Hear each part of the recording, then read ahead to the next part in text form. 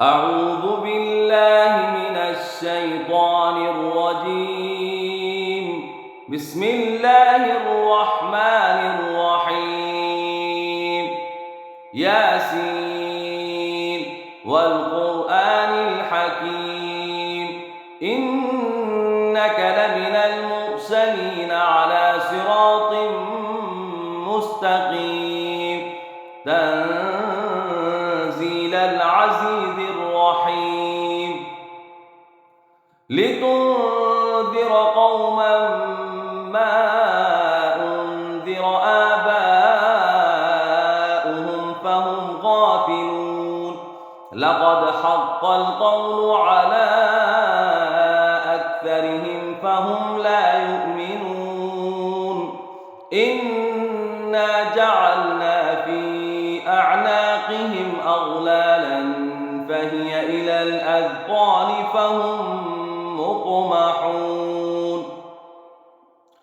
وجعلنا من بين أيديهم سدا ومن خلفهم سدا فأغشيناهم فهم لا يبصرون وسواء عليهم أأنذرتهم أم لم تنذرهم لا يؤمنون إنما تنذر من اتبع الذكر وخشي الرحمن بالغيب فبشره بمغفرة وأجر كريم إنا نحن نحيي الموتى ونكتب ما قدموا وآثارهم وكل شيء أحصيناه في إمام مبين واضرب لهم مثلا أصحاب القرية إذ جاءها المرسلون إذ أرسلنا إليهم اثنين فكذبوهما فعززنا بثالث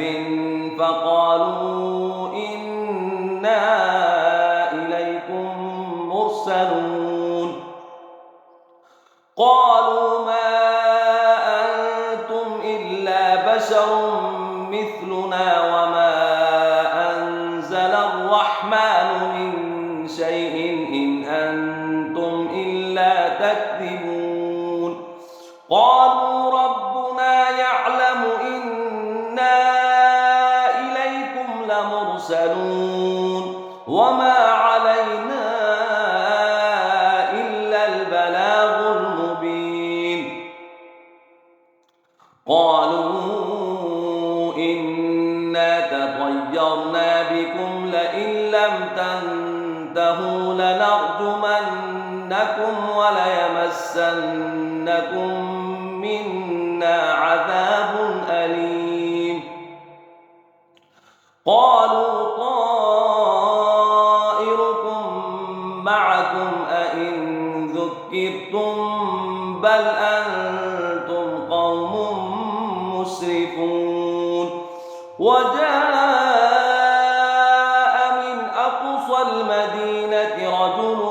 يسعى قال يا قوم اتبعوا المرسلين اتبعوا من لا يسألكم أجرا وهم مهتدون وما لي لا أعبد الذي فطرني وإليه ترجعون أأتخذ من دونه آلهة إن يردني الرحمن بضر لا تغن عني شفاعتهم شيئا ولا ينقذون إني إذا لفي ضلال مبين إني آمنت بربكم فاسمعون قيل ادخل الجنة قال يا ليت قومي يعلمون بما غفر لي ربي وجعلني من المكرمين وما أنزلنا بعده من جند من السماء وما كنا منزلين إن كانت إلا صيحة واحدة فإذا هم خامدون يا حسرة على العباد ما يأتيهم من رسول إلا كانوا به يستهزئون ألم يروا كم أهلكنا قبلهم من القرون أنهم إليهم لا يرجعون وإن كل لما جميع لدينا محضرون وآية لهم الأرض الميتة أحييناها وأخرجنا منها حبا فمنه يأكلون